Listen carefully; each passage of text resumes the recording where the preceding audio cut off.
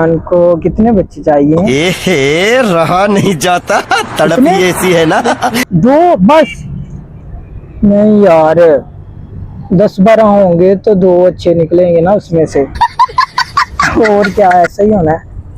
हाँ, फिर बच्चे हमारे होंगे 10-12 और उसमें से 5 हम डेंकी लगा के ना बाहर भेज अरे देंगे। कहना क्या चाहते हो? ठीक है ना? और क्या, तुर्की यूनान कोई बैठा होगा यूरोप में, फुल मजा आएगा। सही है।